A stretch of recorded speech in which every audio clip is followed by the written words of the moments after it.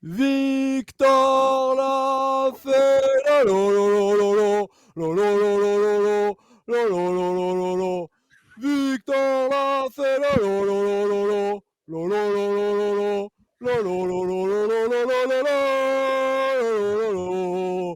Victor l'a fait. Victor l'a fait. Oh là là là là là là là là là là là là. C'était incroyable, c'était incroyable les amis, ça fait très longtemps que j'avais pas vécu une émotion comme ça. Quel plaisir de voir Victor Lafay gagner sur le Tour de France. Ça fait 2 heures que le Tour est arrivé, les amis, qu'on prend l'antenne sur Twitch là à 19h comme tous les soirs. Et Polo là, ça trépignait, j'avais envie de démarrer le live direct.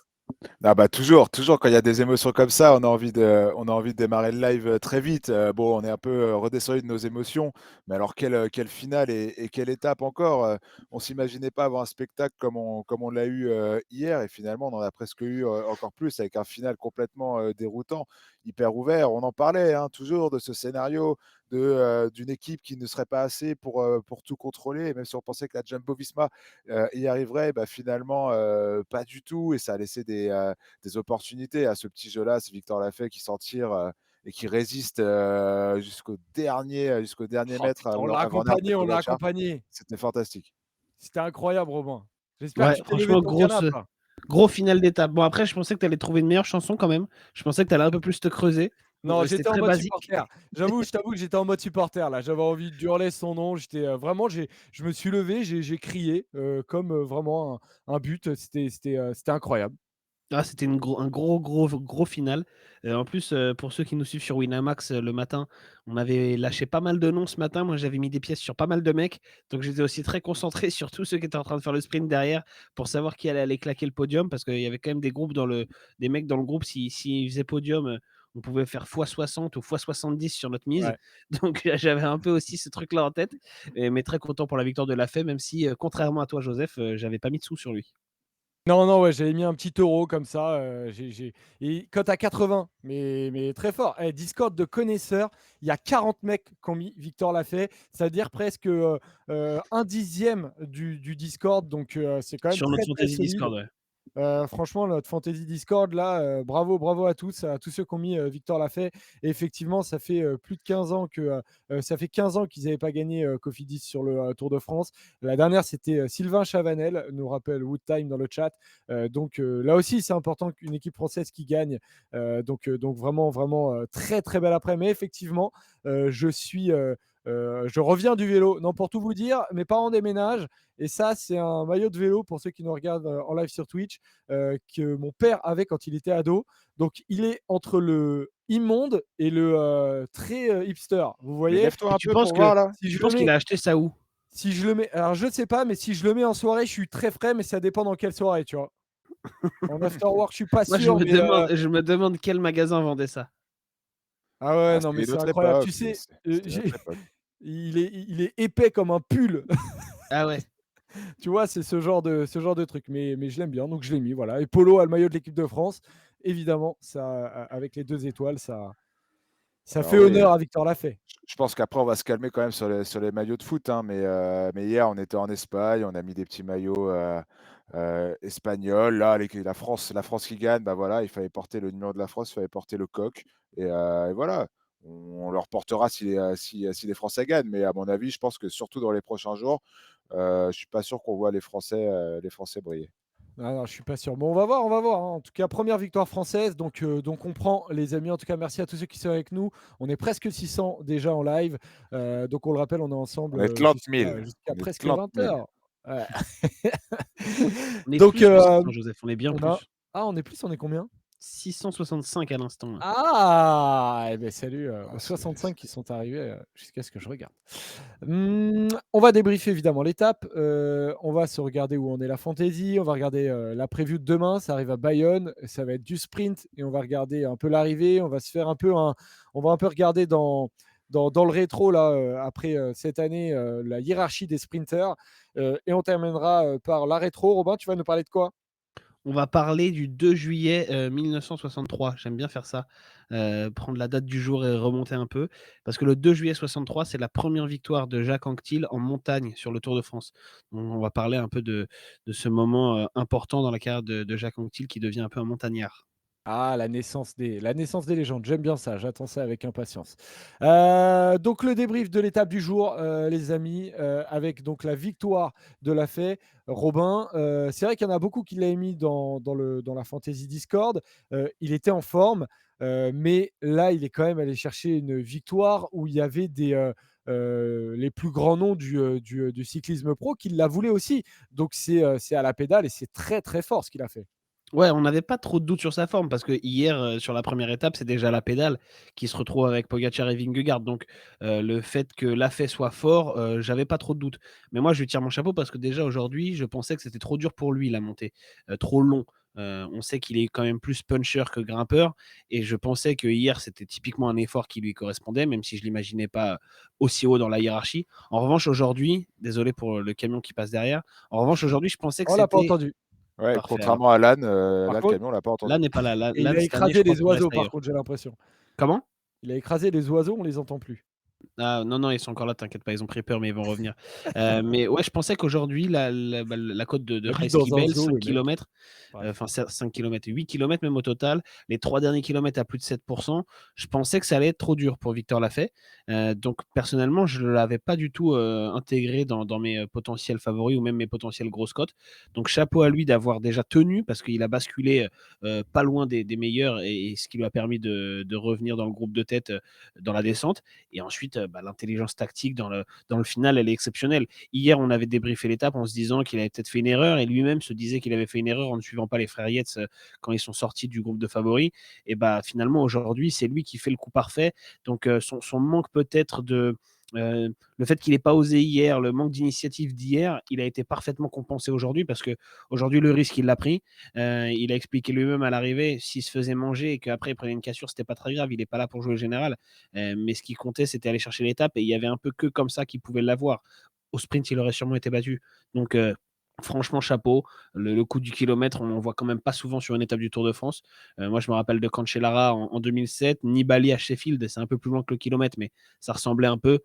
Franchement, c'est beau d'avoir gagné comme ça et il allait la chercher comme il fallait. Il y a Guitou, Polo qui met dans le chat l'a fait, ça va être compliqué en haute montagne. En vrai, non, bien sûr que ça va être compliqué parce que lui, c'est plutôt un puncher. Mais là, on l'a vu quand même aller sur un terrain qui n'est pas totalement le sien non plus. C'est ça, et Wood Time le dit bien dans le chat, hein, toujours des commentaires, avisés. Victor Lafay, il a les mêmes qualités et les mêmes défauts que Julien Alaphilippe, avec, le surplus, que peut lui donner, soit sa forme, soit un maillot à défendre ou quoi que ce soit. Voilà, l'intérêt, c'est comme, Julien Alaphilippe un peu en 2019, bon peut-être à des niveaux un peu différents.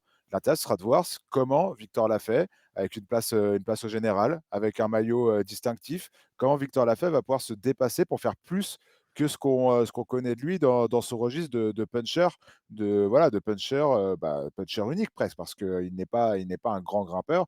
La haute montagne, ce sera très dur. Après, moi, encore une fois, je suis la hype, je monte dans le train et j'ai envie de voir comment il va défendre tout ça, dès que la route va s'élever, dans les Pyrénées. J'ai hâte d'y être, juste pour voir, vraiment Toi, juste tu veux pour qu'il voir. défende sa place au général? Moi, je veux le voir défendre sa place au général. Je pense que lui aussi, il va essayer et peut-être que dès les premières rampes, du col du Soudet, il va prendre un tir. Mais voilà, on a envie de les voir. Ces punchers, on a toujours l'impression qu'ils peuvent devenir d'excellents grimpeurs, surtout les punchers de talent. On va aller voir, on verra bien et puis après, il prendra Bah, un tir et pourra retenter sa chance, sur des étapes un peu plus tard. Son Tour de France est déjà tellement réussi que, tout ce qui va arriver maintenant, c'est du c'est bonus. vrai. C'est vrai, c'est sa quatrième victoire en pro. Il avait gagné sur le Tour d'Italie en 2021. Il avait gagné sur l'Arctic Race of Norway en 2022. Cette année, il a gagné sur la classique Grand Bronzançon Doux. Mais à son âge et avec le talent qu'il a, c'est vrai qu'il peut prétendre à un palmarès un peu plus important encore. Mais Anthony Perez a été interviewé à l'arrivée par France 2 comme par Eurosport et il a décrit un coureur qui, en fait, est capable du pire comme du meilleur. Victor l'a fait. Là, il a été capable du meilleur. Bravo à lui. Mais depuis le début de saison. Il avait fait 6e, par exemple, Robin de la Flèche Wallonne. Mais voilà, c'est vrai qu'on sait qu'il a un talent de puncher, mais on a l'impression qu'il peut avoir des déclics, ce mec-là, en fait. Ouais, c'est l'inconstance un peu qui le caractérise, sur les dernières années, chez Cofidis. C'est vrai que par moment, on s'est dit, «Ah, Victor Lafay est très fort en ce moment», et puis après tu as l'impression que tu le vois pas pendant quelques mois, et c'est peut-être ce qui lui avait manqué jusqu'ici, d'être régulier, et c'est pour ça qu'on s'était un peu posé la question hier: «Est-ce qu'il a pas laissé passer, la seule chance qu'il aurait sur ce Tour de France finalement?» Bon, bah,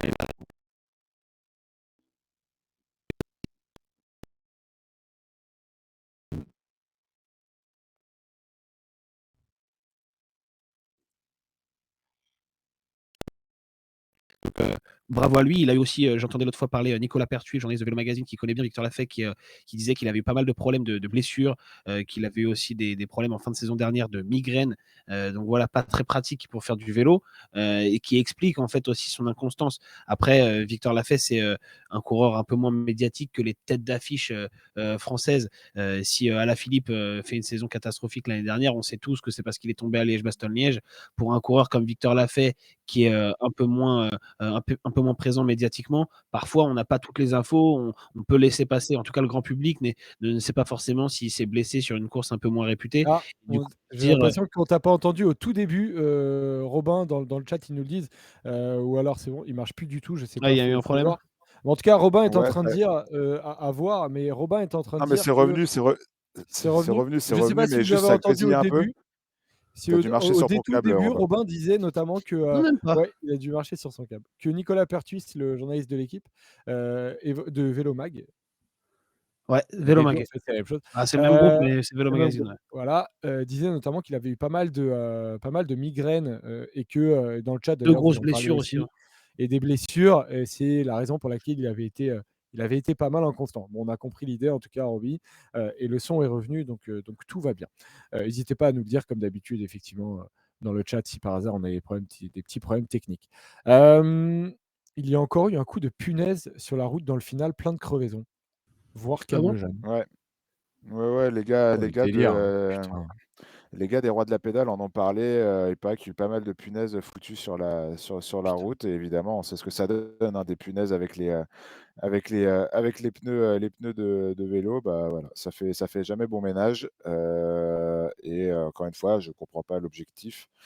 Je sais pas qu'est-ce que tu te dis le matin quand tu te lèves et que tu te dis: «Tiens, aujourd'hui, je vais aller foutre des punaises sur la route du Tour de France pour que les coureurs crèvent, et potentiellement chutent et se blessent». Quelle, démarche intellectuelle, Des clous te aussi, dit pousse Flux. Oh là là. à arriver à cet objectif, de vie?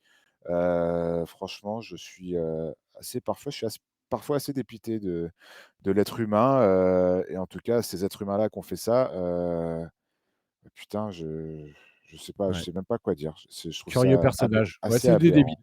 Des bons débiles. Curieux Polo, est-ce que tu personnage, peux ouais. afficher le top 10 du jour, à nouveau?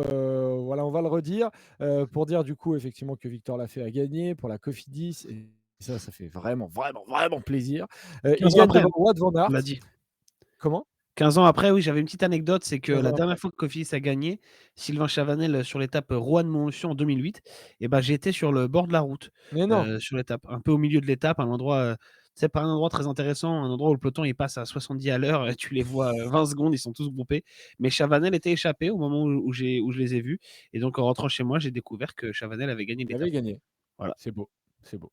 Donc Victor Lafay a gagné devant Wout van Aert 2e, Tadej Pogacar 3e, Thomas Pidcock était allé chercher la 4e place, Pello Bilbao qui a tenté dans le final mais pas réussi 5e, Michael Woods 6e et Romain Bardet a fait 7e. Victor Lafay, il a gagné. Alors il a Tu lis le top 10, Joseph, ou pas? ouais, je l'ai lu le Tu es top sûr que 10, tu as hein. bien lu le top 10 là? Ah, c'est parce qu'après il y a Donc après Dylan Pello Teuns, Bilbao, il y Jay a Hindley qui? et Steph Kras. J'ai dit Non? Michael Woods. Non? Moi j'ai, heu, moi j'ai Victor Lafay, Wout van Aert, Tadej Pogacar, Pidcock en 4, Bilbao en 5, Skelmose en 6, Woods en Ouais. 7, Bardet en 8, Dylan Teuns en 9 et Jay Hindley. Ah Alors, bah écoute, c'est bizarre. Moi je regarde celui de c'est Pro Cycling surprenant. Stats, En tout cas, mais Et il a dit c'est quoi, celui que j'ai Joseph? pris J'ai de pas Pro fait gaffe. Cycling Stats, mais tout à l'heure en préparant l'émission, donc ouais. ah bah là, il a changé un petit peu, et Effectivement, il y a Peu pas Skelmose. Skelmose, il est pas présent il est 23e dans le Ah, il a été déclassé alors? non, non, bah, peut-être, mis en avec Bettiol. Effectivement, il est en bas du premier groupe, donc il a peut-être, Ouais, été déclassé bien pour ouais, être en ouais, bas du premier ils ont dû groupe. faire un sprint irrégulier, hein, j'imagine. Bah, j'ai vu que ça avait quand même bien serré, notamment un moment entre, Vingegaard et Pogačar. Ah mais non, mais c'était en haut, je dis n'importe quoi, c'était pas à ce moment-là. Ils se sont joués des coudes en haut du Reiskabel. Mais oui, oui, déclassé. Voilà pourquoi, Polo. OK, bah, voilà, Donc je on sais pas a la exactement Mais raison. c'est très bon pour ma fantaisie ça, je vais gagner une petite place avec Woods. Voilà pour le classement de l'étape. Donc Lafay, Van Aert, Pogačar, Pidcock, Bilbao, Woods, Bardet, Teuns, Hindley, Kras. Et en ce qui concerne le classement général, on a donc Adam Yates qui est toujours leader du classement général devant Tadej Pogačar à 6 secondes. Il a pris 12 secondes de bonif en tout, Tadej Pogačar aujourd'hui. Simon Yates est troisième. Victor Lafay est quatrième à 12 secondes d'Adam Yates. Et Wout van Aert est cinquième. Et Vingegaard donc, est désormais sixième. Il est à 17 secondes d'Adam Yates et donc à 11 secondes de Tadej Pogačar. Mais donc on revient à l'étape du jour. Robin, on a donc vu une équipe de la Jumbo. Je ne sais pas s'ils ont mal géré ou quoi et comment. Qu'est-ce que tu en as pensé à l'arrivée? Est-ce que toi aussi t'en voulais citer Wout van Aert? T'en veux à Jonas Vingegaard notamment. En vouloir, c'est difficile. Putain, il y a une mouche qui arrête pas de rester là, qui Non me mais tourne frère, autour. t'habites dans un zoo, c'est pas possible. Oui, Insupportable. Les ânes, mais bon, c'est un les Deviens petit peu fou, les deviens oiseaux, fou. les mouches, c'est pas possible frère. Mais tu sais, la sensation, elle vient se poser sur ton bras et tout, c'est super relou. Ah, Bref. c'est l'enfer. Est-ce que j'en veux si à Vingegaard si je suis Van Aert aujourd'hui? Non mais est-ce Non, qu'il a c'est eu peut-être un raison petit de peu pas trop. nécessairement rouler, de pas prendre ce risque-là? Il aurait pas pris un grand risque, en passant un relais à Wout van Aert et en lui donnant un coup de main dans les 500 derniers mètres ou dans le dernier kilomètre. Honnêtement, je pense qu'il pouvait faire ça. Il l'a pas fait, et voilà, il est dans une logique apparemment, heu, qui se défend du moindre effort et on le voit d'ailleurs avec Tadej Pogačar, quand Pogačar attaque, Vingegaard veut pas relayer, veut pas, se prendre le risque de partir à 2. Hem, En revanche, Jumbo, ils avaient pas trop d'autres choix. En gros, c'était soit ce que je il y avait 2 alternatives pour moi. Soit Vingegaard donnait un relais à Van Aert pour s'assurer qu'on arrive bien au sprint et c'était pas très, très dur à faire non plus. Il aurait fait 1 kilomètre un peu fort Vingegaard, et finalement, ça lui aurait pas coûté grand-chose et si Vingegaard, rouleur comme il est, se met en tête et emmène, t'inquiète pas qu'il y a personne qui sort. Et l'autre solution, ça aurait été que Van Aert lui-même, finalement, décide d'attaquer, potentiellement. Alors c'était un petit peu risqué également, ça peut être un coup d'épée dans l'eau, mais qui aurait pris la chasse derrière Van Aert? Sachant que tu avais 3 jumbo qui étaient là, qui étaient les seuls à rouler depuis déjà, un petit nombre de kilomètres. Je vois pas qui aurait sauté dans la roue, et pas grand monde n'aurait pu sauter dans la roue de Van Aert. Donc voilà, il y avait ces 2 options-là qui étaient possibles, mais la façon dont ils l'ont géré, ça se tient. Ils ont aussi pas de chance, c'est que, les premières attaques, celle de Bilbao, ensuite il y a eu, je crois que c'est Skelmose. Bon, bah, à ce moment-là, Jumbo a tout bien fait. Par contre, il y en a une de plus et c'était celle de trop finalement, celle de Lafay. Ils avaient plus de bonhomme pour aller dessus. Le seul truc qu'on peut leur reprocher, c'est qu'à ce moment-là, c'était un peu évident. Tout le monde était un peu au courant qu'ils avaient plus personne pour aller dans les roues et pour boucher un trou. Donc ouais, peut-être qu'il aurait fallu s'adapter en urgence, mais peut-être aussi que c'est pas le fort de Jonas Vingegaard, qui est pas du genre à se dire au dernier moment, bon là, il va falloir changer les plans et pas ça. Ouais, ouais, je comprends. J'ai envoyé un petit sondage. Vingegaard a-t-il eu raison de ne pas rouler pour Van Aert? Dans le chat, j'ai vu est-ce qu'il pouvait pas tout simplement. Franchement, j'ai pas l'impression que Vingegaard il était si fatigué que ça aujourd'hui. Après, c'est peut-être une question de puissance, hein, je sais pas. Mais j'ai pas cette impression-là, Paul. J'ai l'impression qu'il aurait pu quand même. Physiquement, je veux dire. Évidemment qu'il aurait pu. C'est quand même assez étrange comme comportement, parce qu'au-delà de rouler, et de faire ton effort sur 1 kilomètre, peut-être 2, grand max, ça te place en tête de peloton, tu évites les chutes, tu t'évites la nervosité d'être dans le milieu d'un petit groupe, et en plus tu rends, un service à quelqu'un qui pourra t'en rendre un, voire plusieurs, sur la suite du Tour de France. C'est vrai. Bah, ouais, moi alors on le dira que c'est grave ou pas. Aujourd'hui, si Wout van Aert ne gagne pas l'étape, je pense que Vingegaard en est, l'un des principaux, voire le principal responsable, parce qu'il manquait ce dernier relais après Tish Bennett, après Kelderman, il manquait ce dernier relais pour Wout van Aert pour aller chercher le sprint, et notamment Victor Lafay à la fin. Et ce dernier relais pouvait largement venir d'un des meilleurs rouleurs du monde qui s'appelle Jonas Vingegaard et qui n'a même pas voulu rouler pendant ne serait-ce qu'un kilomètre. Moi, je trouve pas ça cool. Il y a peut-être des raisons à cela. Peut-être que c'est des consignes d'équipe, peut-être que c'est un choix de Vingegaard, peut-être que c'était hors de question que ce soit dans le plan que Vingegaard roule pour Van Aert. Le fait est qu'aujourd'hui, et ça fait déjà 2 jours que sur des étapes qui sont plutôt bien tracées pour un coureur de la Jumbo-Visma, et ben un coureur de la Jumbo-Visma ne gagne pas. Et surtout aujourd'hui, je trouve que ça craint un peu quoi, quand même. Apparemment, à vérifier, il y a Emma Stone dans le chat qui dit Vingegaard vient de dire je l'ai déjà aidé en parlant de Van Aert en ne roulant pas, en ne relayant pas Pogacar. Ah Qui est oui, un peu OK. osé comme déclat Ah, disons si que c'est vérifié. quand tu compares, hier la joie de, Pogačar, sur la ligne au moment de gagner le sprint, et en célébrant en fait, la victoire de Yates, son équipier et cette attitude-là, bah, c'est vrai que, Vingegaard il se dit, il se met pas Van Aert totalement dans la poche sur la suite si par hasard Van Aert continue sur le Tour de France parce que on rappelle que Van Aert potentiellement peut quitter le Tour de France parce que sa femme est enceinte. Donc s'il est encore là, en tout cas, Vingegaard, il a pas Roglic cette année, donc il peut Moi, avoir je vraiment pense besoin d'un Van Aert oui, bah, totalement pour lui, quoi. après Van Aert, il fera le boulot, tant qu'il sera là, parce que rappelons qu'on n'est pas sûr que Wout van Aert termine le Tour de France. Sa femme est enceinte et si elle accouche, il quittera le Tour. Donc, bah, si elle accouche dans une semaine, tu perds, Wout van Aert et c'est quand même un atout non négligeable pour l'équipe Jumbo. Ouais, ouais, Heu puis ce serait une et catastrophe. comment? Ce serait, enfin pas une catastrophe, mais là C'est pas un cadeau, ouais. on sent bien que le collectif en a besoin de Van Aert, quoi. Et après, je pense pas qu'on puisse en déduire une tension entre Vingegaard et Van Aert.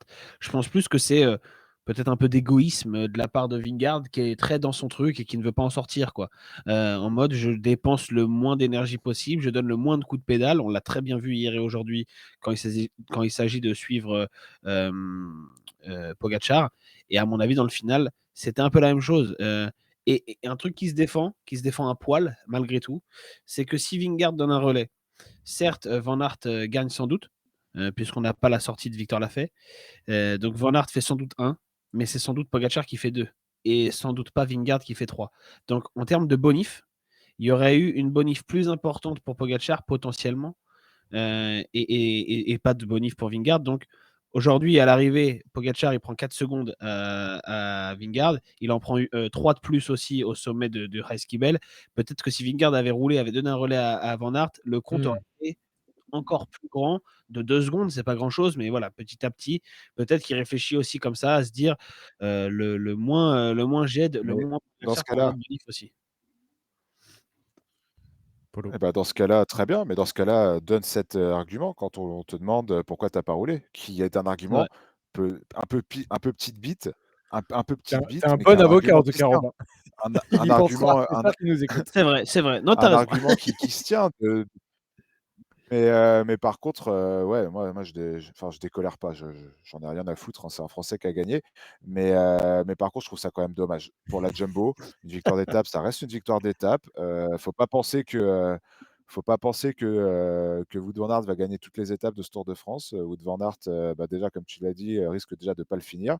Là maintenant, bah, voilà les profils intéressants pour lui, bah, mis à part les sprints massifs et encore on sait que c'est quand même bien la loterie, surtout avec, Jacobsen et Philipsen, c'est quand même pas sûr que Wout van Aert les prenne. Bah, voilà, je trouve ça un peu dommage et comme je l'ai dit tout à l'heure, c'est quelqu'un qui aurait pu te rendre beaucoup de services et qui aura peut-être un peu moins envie de le faire sur les prochains jours. Ouais, c'est pas faux, c'est pas faux. En tout cas, il y en a un qui dans tout ça passe encore une belle étape, c'est Tadej Pogacar, Paul, parce que, il prend encore 12 secondes aujourd'hui de bonif, tranquille quoi. Ouais, bah, voilà, on connaît la tactique, hein, de Tadej Pogacar, hein, tous les soirs, on se le répète, hein, dans cette émission. C'est Pogacar, c'est la tactique du harcèlement, la tactique de la bonif, en attaquant, peut-être qu'un jour, Vingegaard, ne pourra pas le suivre. Donc, en attaquant jamais, on ne peut pas savoir si tes adversaires, vont suivre ou pas. En attaquant tout le temps, tu peux au moins savoir qui est fort et qui ne l'est pas. Vingegaard, pour l'instant, est fort face à lui, mais lui engrange les bonifs, c'est sa stratégie. Maintenant, c'est toujours le balancier entre, engranger ses bonifs et ne pas faire trop d'efforts de l'autre côté. Aujourd'hui, je pense qu'il a pas fait beaucoup plus d'efforts que Vingegaard, par exemple. Non. Je pense que le fait que Vingegaard ne lui donne pas de relais, ça lui évite de dépenser, trop d'efforts sur ce final d'étape. Écoute, derrière, en plus, il va chercher une petite bonif en plus. Je crois qu'il prend 16 secondes, aujourd'hui.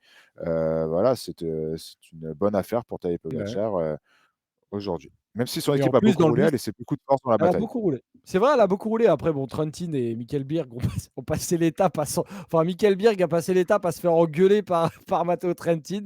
Je ne sais pas pourquoi exactement, mais c'était curieux. En tout cas, ils ont fait un sacré boulot avec Langen aussi. Mais après, en fait, ils ont tous bossé. Marc Soler a bossé.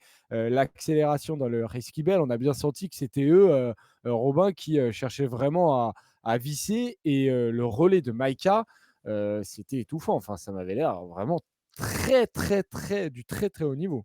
Ouais, c'était fort. Bon, c'était honnêtement un scénario qu'on a vu, un peu venir parce que, dès hier soir et ce matin encore, on disait, que selon nous, par exemple, Mathieu Van Der Poel n'allait pas passer aujourd'hui, sur cette bosse et que le seul non-grimpeur qui pouvait passer, c'était Wout van Aert et ça s'est vérifié. Donc, évidemment, quand c'est en fait un vrai col de 8 kilomètres, tu sais que tu vas retrouver UAE et Jumbo pour faire le tempo. Ça j'aurais été surpris de l'inverse honnêtement. J'aurais été surpris de ne pas voir ces équipes-là devant, surtout quand tu as roulé déjà toute la journée pour UAE, qui clairement n'a pas voulu lâcher le maillot, c'était pas l'objectif du jour, alors que ça aurait pu peut-être être une option. Donc, moi, j'ai pas été surpris que UAE fasse ce boulot-là et accélère. Et j'ai l'impression aussi qu'on c'est un moyen plutôt efficace pour rassurer Tadej Pogacar, qui sur des côtes, des ascensions qui lui correspondent assez bien sur ces 2 premiers jours, a pu placer des démarrages, voir que son équipe était forte, voir que Jumbo-Visma n'était pas complètement impérial et voir que lui-même était plutôt bien Mmh. quand il lâchait une accélération. Parce que faut se le dire, j'ose espérer que si l'accélération de Pogacar dans la roue, Vingegaard s'était dit ah, il est vraiment pas fort parce que son accélération ne me fait rien du tout, il aurait mis un contre dans les dents. S'il n'a pas mis de contre, j'imagine que c'est quand même parce que l'attaque de Pogacar le met un poil dans le rouge. Et merci Pogacar, parce que ce qu'il nous offre sur ces 2 premières étapes en termes de panache et de spectacle, moi, ça me régale. Et ça me régale aussi de le voir Ouais. au sommet du Race-Kibel après avoir pris la bonif, se dire allez, je continue, j'y vais, je fonce dans la descente, alors qu'en plus la descente est humide. Tu peux te dire, en tant que mec qui joue le classement général, il va pas prendre de risque. Non, lui, il s'en fout, il est prêt à y aller. Et il y va pas uniquement parce que Vingegaard derrière lui dit non, non, moi je bouge pas, je prends pas de relais. Donc bon, je comprends le choix de Vingegaard aussi. Il veut pas y aller parce qu'il sera battu et ça donnera des bonifs à Poggi, ok. Sauf que hier et aujourd'hui, Pogacar il prend 4 secondes de bonif à chaque fois par rapport à, à Vingegaard. Il faut se dire que si tu arrives pour faire 1 et 2 et que tu perds face à Pogacar, tu prends 6 secondes de bonif, Pogacar en prend 10, c'est pareil, tu as aussi perdu que 10 secondes, que 4 secondes, pardon, entre Mmh. guillemets. Donc le débours, et ça aurait été le même. J'ai mis Mmh. un sondage.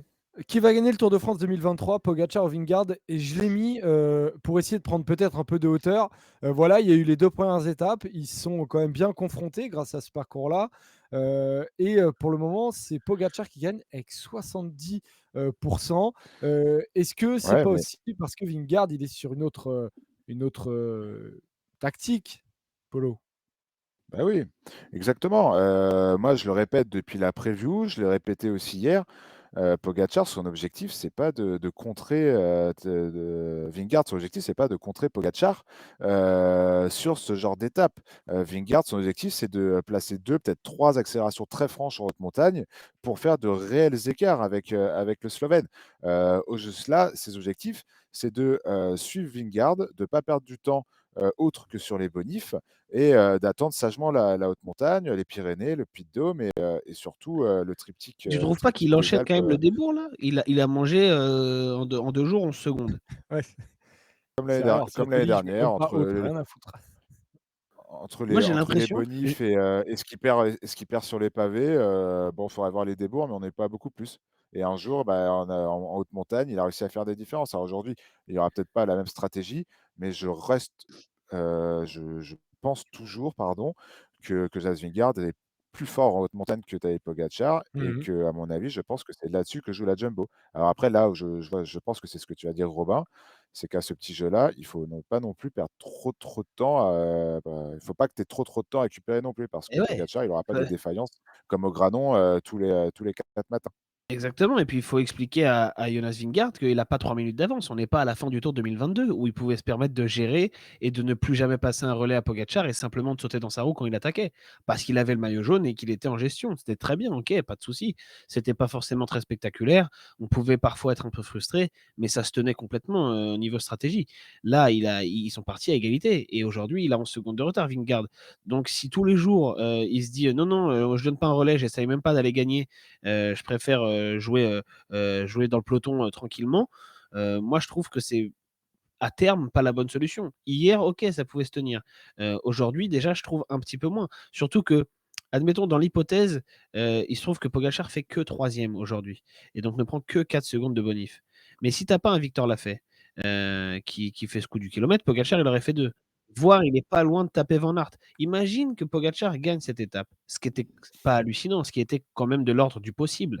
Bon, bah, si Pogacar il gagne, vaut mieux que tu sois avec lui et que vous arriviez à 2 et au moins tu fais deuxième et tu prends toi aussi 6 secondes de bonif, plutôt que de toi d'arriver dans le peloton où tu es complètement incapable de faire podium. Donc tu vas faire, allez 10e on va dire et là tu as juste perdu 10 secondes de bonif. C'est Mmh. c'est ça que je veux dire, c'est qu'à jouer à: «Non mais on va attendre que le peloton revienne et cetera, on va arriver en petit groupe de 20», tu donnes la possibilité à Pogacar de te mettre un écart de 10 secondes, en termes de bonif au lieu de seulement 4 si tu arrives à 2.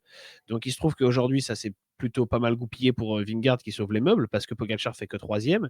Mais la stratégie à terme, je suis pas convaincu que tu puisses te permettre de perdre, 10 secondes tous les 2 jours et qu'en fait, quand on arrive à mi-course et bah, tu es déjà 1 C'est minute de retard, sans avoir Après, je suis jamais pas été sûr que lâché. si dans le bus, il explique ça, comment, Jonas Vingegaard que, justement il utilisera cet argument de dire: «Ah bah, tu vois, j'aurais pu arriver à 2 et en fait, j'attends pour toi donc je t'aide déjà». Ça peut être effectivement un Ouais argument. Il et a puis des il faut dire un truc arguments, hein, aussi, c'est que C'est il vrai qu'on pouvait donne beaucoup d'arguments. ça donne En beaucoup pa en d'arguments. partant à 2, Vingegaard aurait pu aussi, certes, pas faire d'écart sur Pogacar, mais faire des écarts sur les autres.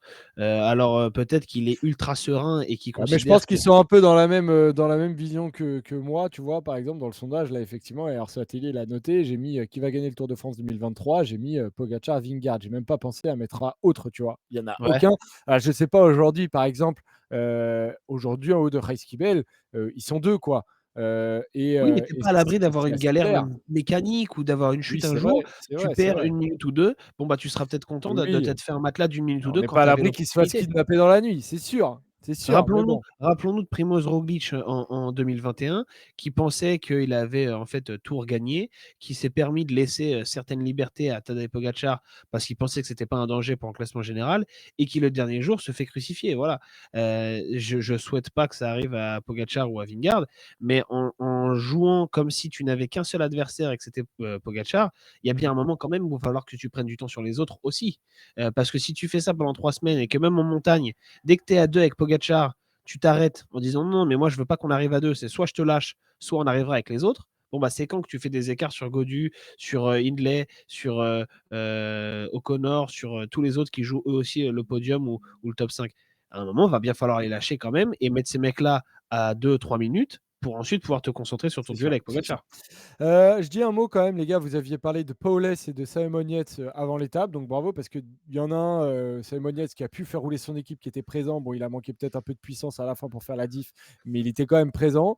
Et donc, Simon Yates est troisième du général. On verra sur la suite entre Paul Arens ou à Cauterets s'il peut potentiellement espérer tenter quelque chose pour aller chercher un maillot jaune. On verra si le Team UAE ou la Jumbo lui en laisse la possibilité. Et Nelson Poles, du coup, qui a fait le show devant, en échappé, et qui est désormais à 11 points sur le classement du meilleur grimpeur. On verra s'il en fait un objectif, mais il va donc le porter, Nelson Poles, ce maillot-là. Les autres enseignements qu'on peut tirer, Godu a un peu souffert quand même dans Resquibel. Il finit avec les meilleurs. Thibaut Pinot, par contre, lui, n'a pas tenu. On est un peu moins serein hier qu'aujourd'hui, mais on n'est pas non plus paniqué, Polo. Exactement, Joseph. Non, Pas exactement, excuse-moi. Parce que je suis toujours aussi serein. Après serein, ça veut dire quoi? Ça veut dire qu'il sera dans la bataille pour le podium. Tout comme j'étais pas inquiet hier pour Romain Bardet. D'ailleurs, on l'a vu, Romain Bardet était beaucoup mieux aujourd'hui. Très bien Je ne suis aujourd'hui, pas ouais. inquiet pour David Gaudu qui mine de rien, même s'il a tamponné comme il le fait un peu trop souvent, sur le Tour de France quand ça accélère, au train comme ça, David Gaudu a sauvé les meubles et je trouvais qu'au fil de Jesquibel, il allait de mieux en mieux. Un peu à l'image de ce qu'on a vu l'an passé sur les longs cols où on sait qu'il montait en puissance, au fil des kilomètres.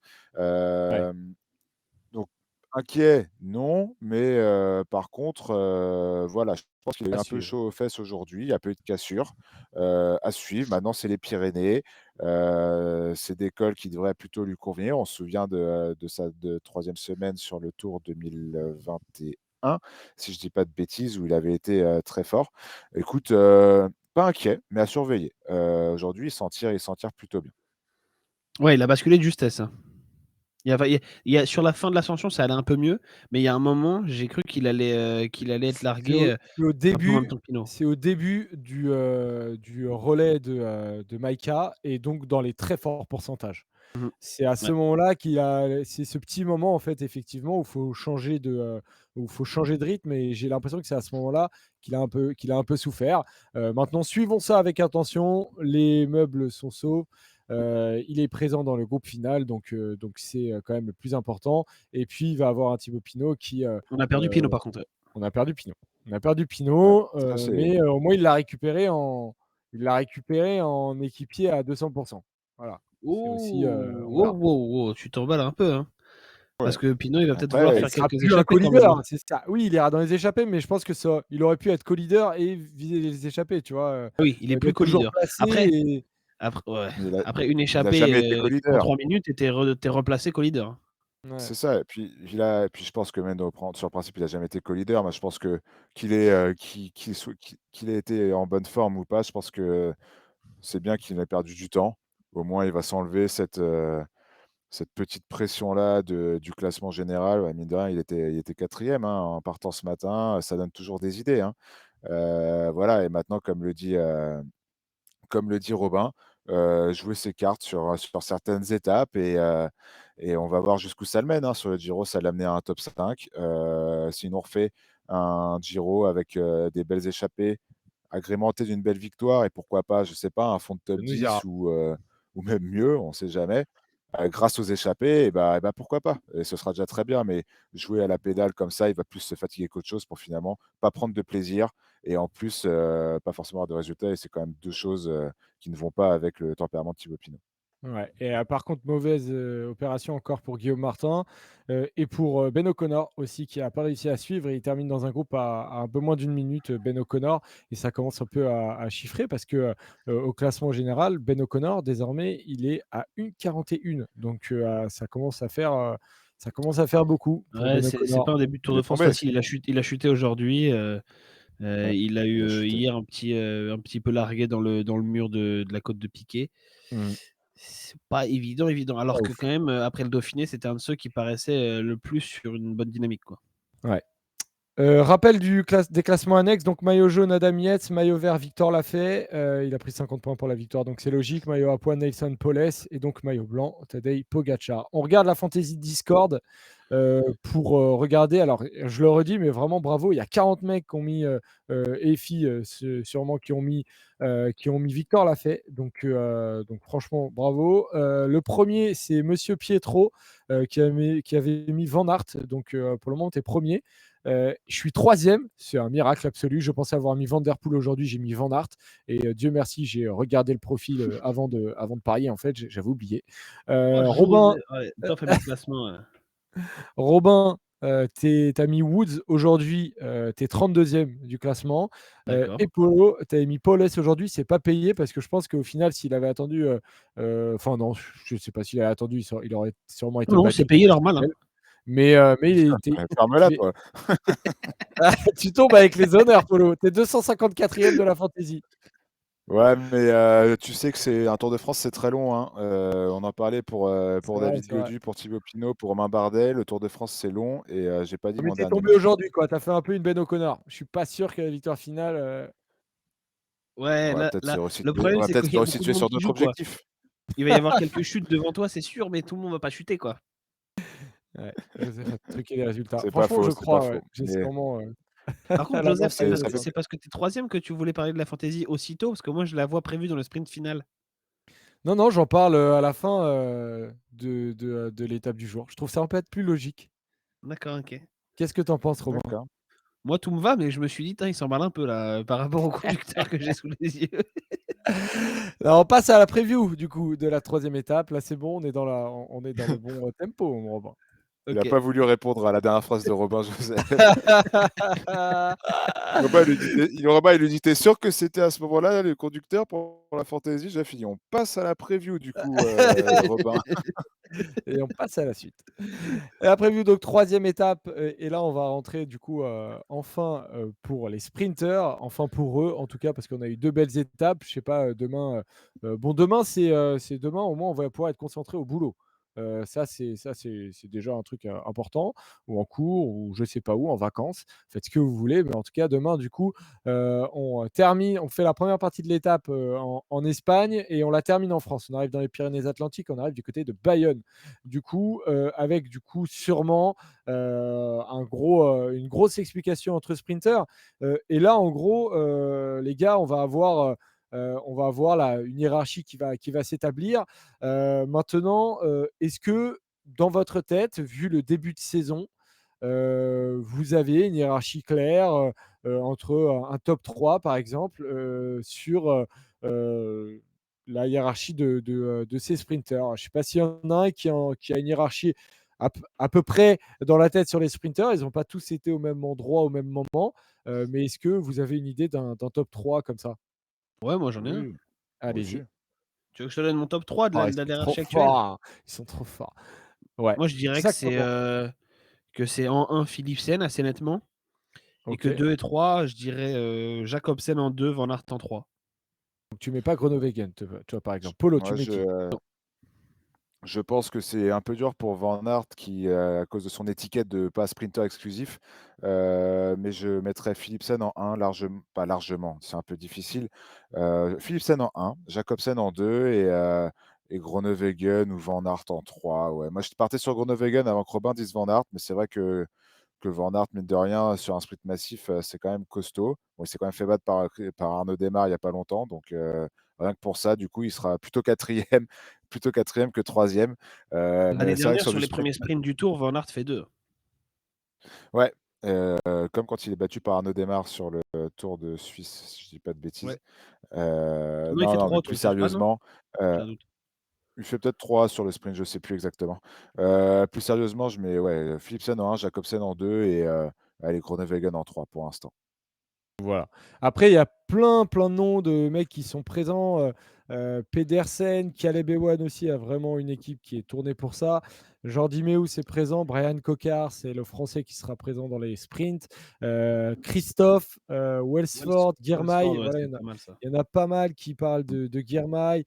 Phil Baos, Van Poppel, lui, il va lancer sûrement Jordi Meeus. Wout Van Aert, Sagan aussi va s'y mêler. Mark Cavendish, Corbin Strong, Luca Mozzato, et voilà, et peut-être Fred Wright, mais il va sûrement lancer Fred Wright pour Phil Baos. Mais voilà, il y a pas mal de noms. Polo, est-ce que tu peux balancer, s'il te plaît, l'image que je t'ai envoyée avant l'émission, c'est-à-dire du dernier kilomètre, pour montrer que c'est pas un sprint non plus qui est un sprint, c'est pas une ligne droite, hein. Ce que vous voyez, Ah, l'épingle, c'est à 1 kilomètre. pardon. C'est Hop, c'est assez déconnecté. Donc voilà, non, vous c'est bon, c'est voyez bon. une épingle. Si vous ne la voyez pas et que vous nous écoutez en podcast, en tout cas, sachez qu'à 1 kilomètre de l'arrivée, il y a un virage en épingle et puis un virage en angle droit. Et derrière, il y a un autre virage sur la droite qui, à pleine vitesse, peut forcer à être très bien placé. Et encore un dernier, en tout cas dans les 200 derniers mètres, ça tourne un petit peu à gauche. Donc, faudra savoir évidemment sprinter, oui, frotter, pardon, mais c'est un sprint qui est, Robin, quand même un peu technique, hein. Ouais, j'ai l'impression que le dernier virage, ça les 2 derniers virages, ça va. Les 2 virages qui sont un peu sur la gauche, ça devrait passer tranquillement. Par contre, le troisième virage, oui, lui, il faudra faire attention et se méfier. Surtout que ça va être le premier sprint du tour. Donc en fait, Ah, ils vont il y a pas finir dans encore de l'eau. hiérarchie établie. On sait que sur les sprints du tour, quand on est en deuxième semaine ou en troisième semaine, bon, bah, il y a certaines équipes qui ont un peu abandonné les sprints parce qu'elles ont vu que leur sprinter n'était pas au niveau. Là, on est la première fois qu'on va sprinter. Donc en fait, toutes les équipes, tous les coureurs que tu as cités tout à l'heure, leur équipe leur fait confiance, pense qu'ils peuvent gagner le sprint ou faire un podium. Donc tout le monde va vouloir placer son sprinter. Ce sera plus le cas dans une semaine ou 10 jours. Donc ça va être forcément très bordélique, très nerveux. Il va y avoir aussi les favoris qui vont vouloir se placer pour pas perdre de temps dans un final d'étape comme ça. Donc ouais, ça promet un gros bazar, c'est sûr et certain. En plus, il y a des trains qui marchent quand même très bien. Je pense à Alpecin, je pense à Bora qui généralement aussi met en place quelque chose.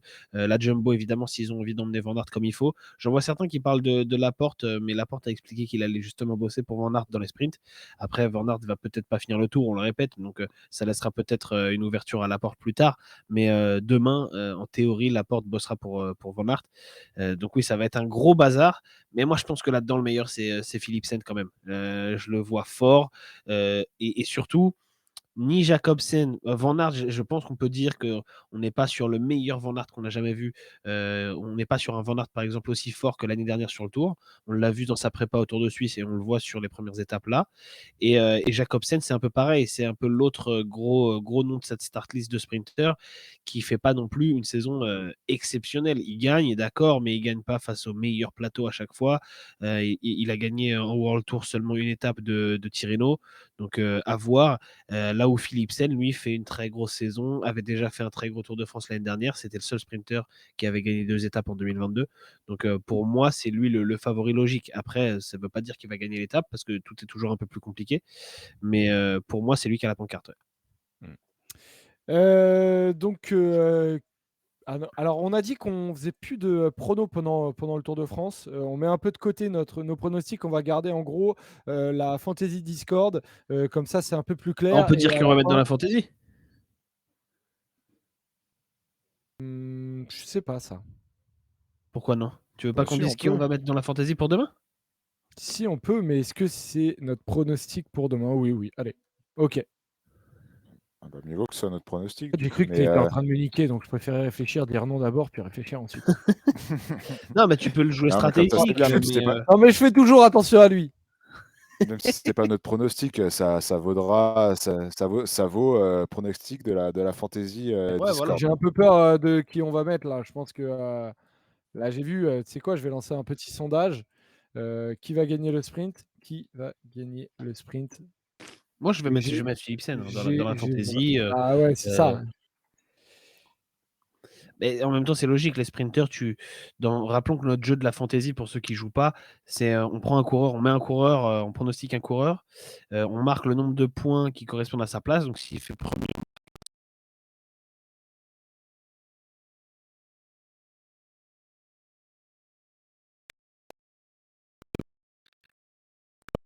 qu'il fasse 2, 5e ou 15e, on ne pourra plus remettre Philipsen sur les prochaines étapes de sprint.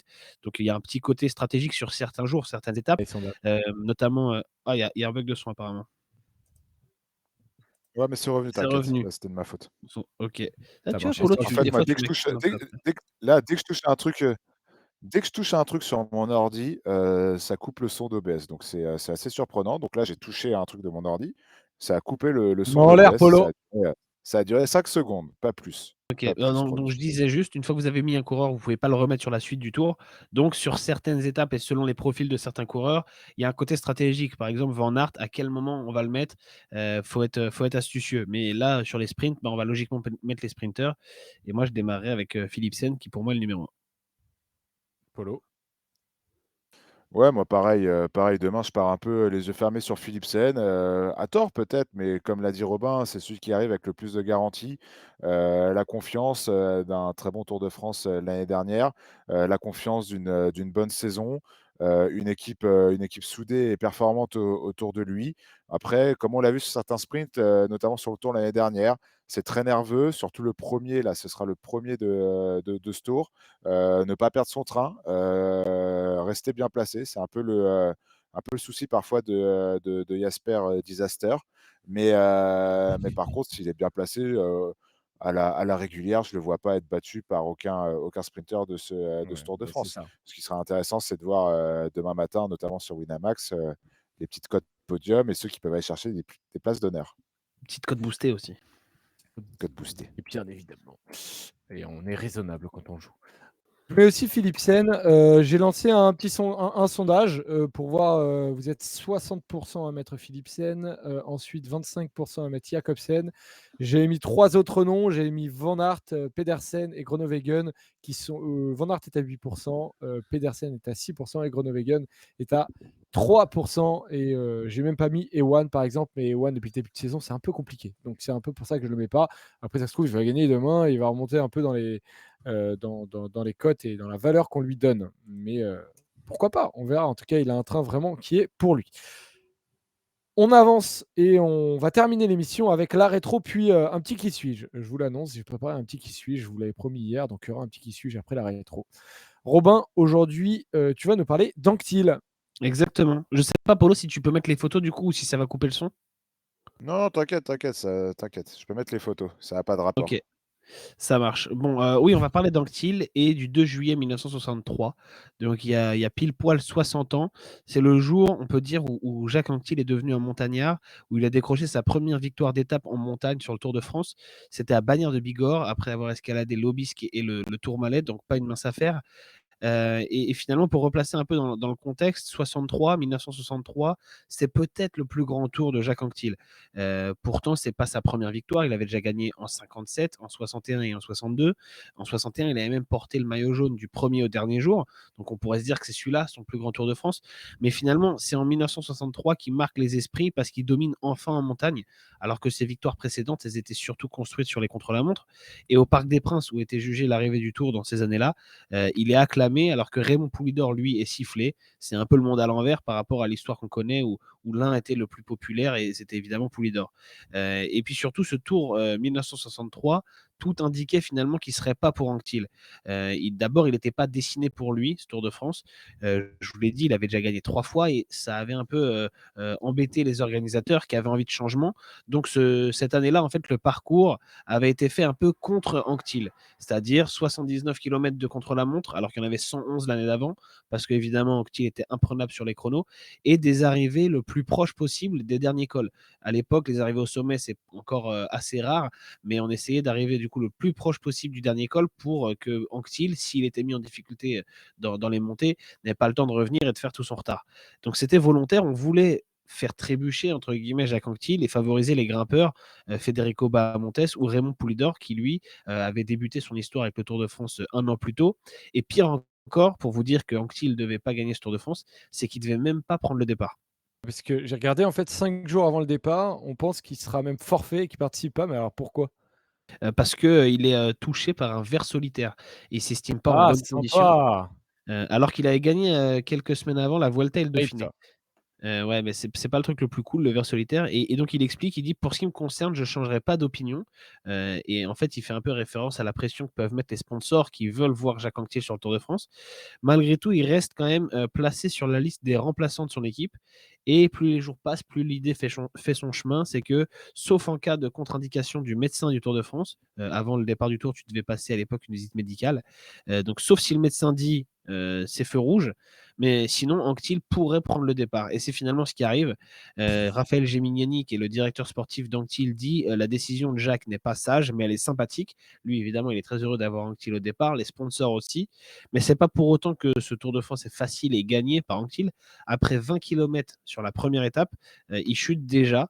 Et ce qui est assez rare pour Anquetil. Quelques jours plus tard, il dit que ça le fait encore un peu souffrir, mais petit à petit, sa condition s'améliore. Et le 5e jour, quand on l'interroge, il se lâche enfin un petit peu.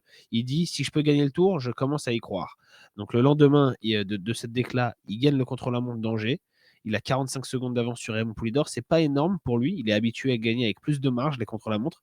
Mais la machine, enfin, elle est lancée jusqu'à ce qu'on arrive dans les Pyrénées, donc, et à Bagnères de Bigorre. Après l'Aubisque et le Tourmalet, je vous le disais tout à l'heure, où Anquetil mène les favoris dans l'école. Il s'impose ensuite au sprint dans un petit groupe et il dit: je voulais faire ça dans le Tour afin qu'il n'y ait plus de discussion possible.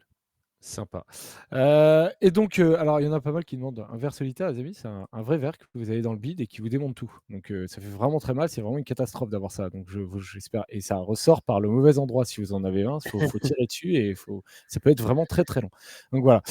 Et donc ce jour-là, Robin Anctil, il prend pas encore le maillot jaune parce que Desmet, du coup, qui est leader depuis plusieurs jours, et une grosse échappée a encore plusieurs minutes d'avance. Ouais, donc il prend pas le maillot, mais il marque quand même son territoire. Mm. Il montre que maintenant, on peut plus le lâcher dans l'école. Et c'est d'ailleurs dans les Alpes qu'on va s'en apercevoir le plus. Bahamontes met la pression, il revient assez proche au classement général.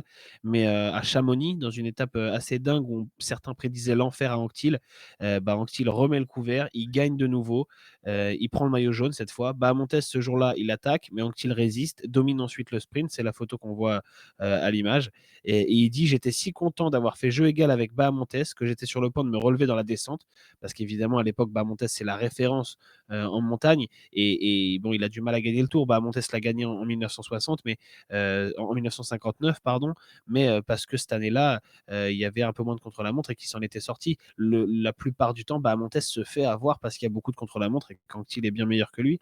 Et donc, cette journée-là, le jour de Chamonix, il y a d'ailleurs une belle entourloupe de Gemignani, le manager d'Anctil. Le parcours, en fait, subit un changement de dernière minute à cause de risques d'éboulement dans les montées. Et donc, on va passer par l'ancienne route du col de la Forclaz, où il y a des passages à 18%. Et en fait, Gemignani veut que Anctil puisse utiliser un autre vélo plus approprié à la montagne. Sauf qu'à l'époque, on ne peut pas changer de vélo comme on veut. Il faut qu'il y ait un commissaire qui constate un problème mécanique, en fait. Donc, la technique de Gemignani, c'est qu'un mécanicien va venir couper le câble du dérailleur d'Anctil, qui va ensuite pouvoir dire: j'ai un problème sur mon vélo, il faut changer. Gemignani fait mine que c'est pas prévu, il change le vélo, le commissaire vient, il constate, il y a bien un problème, il y a Ah, le les câble comédiens. qui est cassé. Et ensuite, il répare carrément le vélo. Donc Anctil fait la montée avec un vélo plus approprié, plus léger, avec un meilleur braquet pour la montagne. Et au sommet, il récupère son vélo qui a été réparé entre-temps, son vélo classique, C'est un peu de pour la aller triche, ensuite mais gagner ok. l'étape. Donc voilà, une belle entourloupe. C'est une petite Derrière, il entourloupe. gagne le dernier contre-la-montre du Tour de France, Jacques Anquetil, et gagne ce tour avec panache en gagnant en montagne, alors qu'un an avant, c'est précisément ce qu'on lui reprochait, de manquer de panache. Donc voilà, comme quoi l'histoire peut vite changer. Le panache mélangé à un petit peu quand même de belles idées pour contourner le règlement. Mais bon, à l'époque, Exactement. c'était un peu mieux accepté. Et donc, il a quand même collé 3,30 à Bahamontes sur ce tour-là, au final. Et il y a un Français qui a terminé 4e, c'est Jean-Claude Lebaube. Voilà. Et dans le chat, on nous propose une chronique sur la généalogie d'Anctil. Je vous propose de le faire de votre côté. C'est vrai que la vie intime de Jacques Anquetil est quand même bien particulière. On n'en dira Ouais. pas plus. De ce côté-là, ouais. Ah, ça peut être une rétro un jour, Robin. Non, j'irai pas sur ce terrain-là. Merci Robin, en tout cas, c'était super intéressant cette Avec rétro plaisir. sur Jacques Anquetil. On termine l'émission avec un quiz, les amis. Le quiz, c'est un qui suis-je, tout simplement. Est-ce que vous êtes prêts? Ouais. On est bon? Allez. Non. Polo, tu Allez. fermes pas ton ordi, sinon on n'a plus de son. Je ferme le chat. Ouais. Tu fermes le chat. Je C'est suis fait. né en 1998. En 2021, Wilco Kelderman est mon équipier. Je fais partie du train de Pascal Ackermann. En août 2021, je participe à la Vuelta. Pour mon premier grand tour, je passe Jay proche Hindley? d'un premier succès. Non. Van Terminant Poppel? deuxième, c'est pas Van Poppel. Terminant deuxième de la 16e étape derrière Jacobsen. Lors du Tour de Pologne 2022, Jordi Meus. Jordi Meus, bravo. Bravo. Qui sera présent. Il avait obtenu 2 podiums d'étape avant de chuter sur le contre-la-montre. Il s'était fracturé la clavicule puis le nez. Il a gagné sur Paris-Bourges 2021. Il n'était pas censé faire le Tour de France, on le rappelle, mais un certain Sam Bennett n'a vraiment pas été bon cette année sur le Dauphiné et donc il n'a pas été pris. Voilà. Je vais au bout de mes descriptions comme le grand Julien Lepers quand je participe. Bah oui, quand t'avais raison. T'as bien raison, fais-toi plaisir. 1-0 pour Robin. Il y en a plusieurs. Non, il n'y en a qu'un. Non, il n'y en a qu'un. Calme-toi, Robin. On est hors... Je Il est sais pas, il est 56. menteur, comme Robin. si on continuait, comme si on s'arrêtait pas là. Tu Il est vois. menteur, je dois aller regarder le JT. Désolé. Mais t'as déjà loupé, tu regardes pas le 1945 sur M6, toi? Non, le JT. Moi, j'ai mes habitudes depuis que je suis tout petit. C'est un JT, le 1945. Respecte M6. Non, c'est pas 20h, c'est pas 20h. Merci Polo, merci Robin d'avoir été avec nous. Évidemment, merci à tous les rouleurs. Vous avez été très très nombreux aujourd'hui. Félicitations à Victor Lafay pour cette très très belle victoire. Et on se retrouve du coup demain à 19h et on espère parler de la victoire de Brian Cocard. Bah ouais, on peut rêver, hein, pourquoi pas. Allez, bonne soirée. Ciao, ciao. Bisous Ciao. les gars.